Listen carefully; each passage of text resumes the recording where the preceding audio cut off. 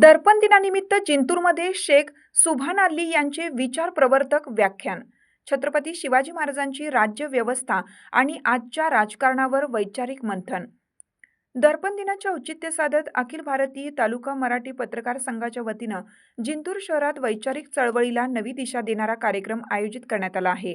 गुरुवार दिनांक 8 जानेवारी रोजी सायंकाळी ठीक 6 वाजता जिंतूर येथील जुनी कन्या शाळा भाजी मंडई येथे सुप्रसिद्ध अभ्यासक प्राध्यापक शेख सुभान अली यांचे प्रभावी व्याख्यान आयोजित करण्यात आलं आहे.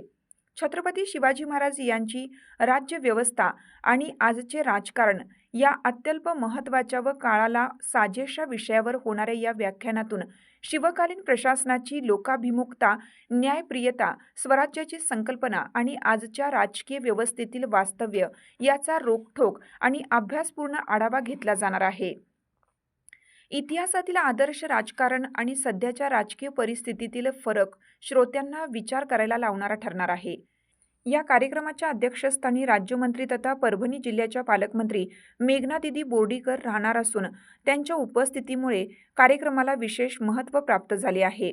तर प्रमुख पाहुणे म्हणून जिंतूर नगर परिषदेचे नगराध्यक्ष प्रतापराव देशमुख, कृषी उत्पन्न बाजार समितीचे सभापती गंगाधरराव बोर्डीकर, सुंदरलाल सावजी बँकेचे अध्यक्ष मुकुंद सावजी कळमकर यांच्यासह सामाजिक, राजकीय व शैक्षणिक क्षेत्रातील मान्यवरांची उपस्थिती लाभणार आहे.